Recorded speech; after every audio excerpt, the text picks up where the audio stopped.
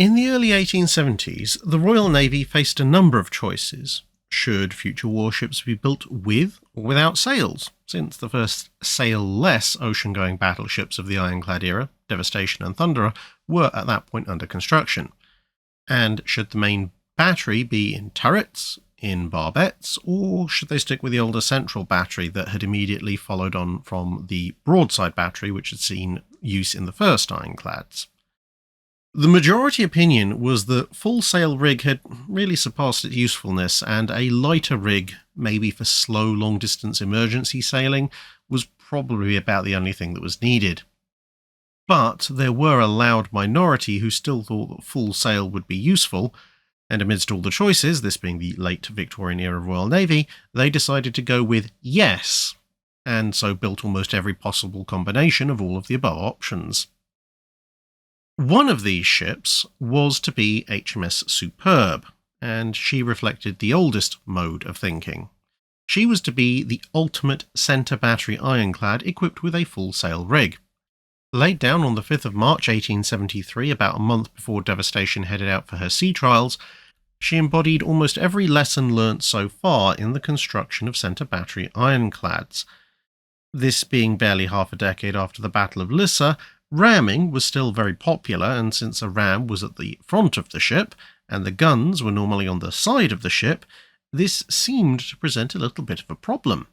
However, over in the newly minted Austro-Hungarian Empire, the HMS Custoza had been laid down with its 8-gun central battery arranged on 2 decks in a sponsored arrangement which allowed 6 of them to fire axially, 2 aft and 4 forward.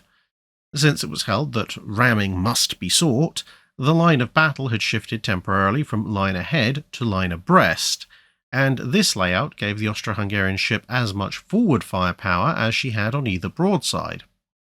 This idea would thus be adopted for the new British ship, but the gunnery officers thought that having one big gun firing directly over the other one might cause some problems, and so the lower gun deck was extended forward to provide a stepped arrangement instead.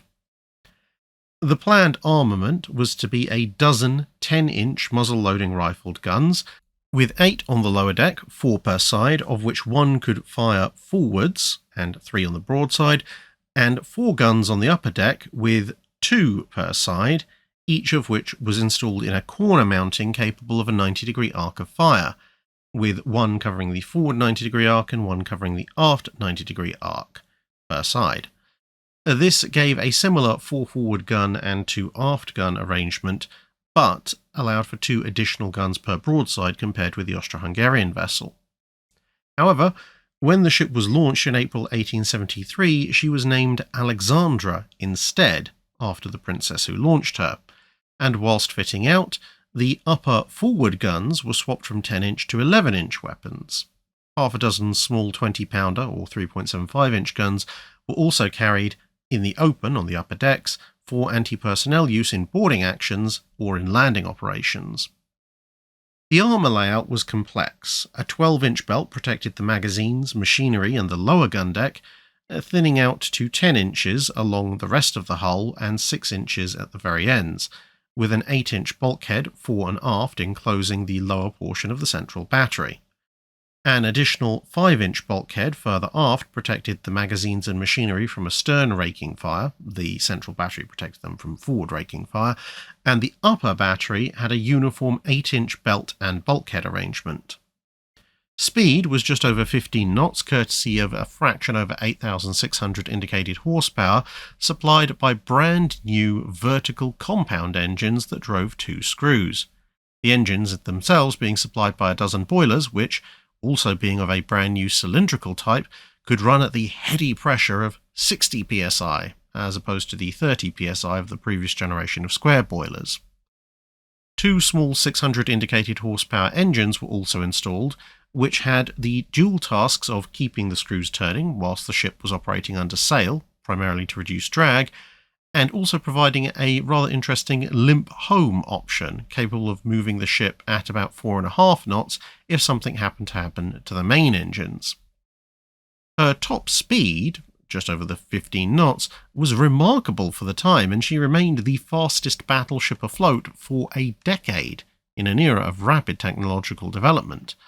And at one point, she was even found towing a troop transport at a speed that was actually faster than the troop transport was capable of if its own engines had been working. She did have a particular weakness, though. Whereas a contemporary French central battery ironclad solved the axial fire problem either by having high-mounted barbettes or elegantly faired sponsons, Alexandra opted to just bludgeon the sea into submission instead with slab-sided iron polygons, which meant that although she was a superb seaboat in most sea conditions, when the wind and the waves really got up, she could barely make any headway against them and more resembled a seawall being battered by the storms than a ship. She commissioned in early 1877 as the flagship of the Mediterranean Fleet, taking part in the 1882 bombardment of Alexandria, and later hosted the future King George V as a lieutenant.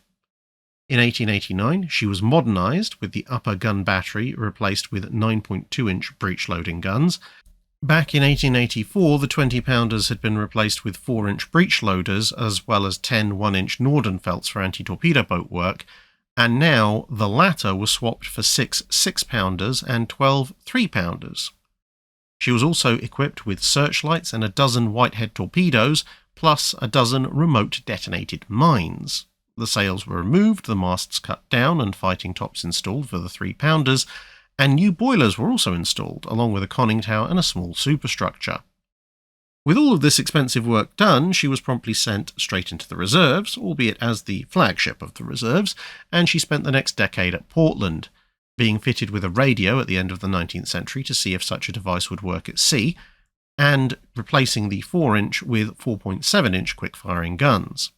Her last deployment would be in 1900 to the Mediterranean as the flagship of the opposition fleet for that year's exercises, after which she was optimistically rated as a third-class battleship and sent back into the reserves until 1903, when she became a training ship for another half-decade, finally departing for the scrapyard in October 1908, having been sold for just under £22,000, which was about the cost of a really nice house in the heart of London at that time. That's it for this video. Thanks for watching. If you have a comment or suggestion for a ship to review, let us know in the comments below.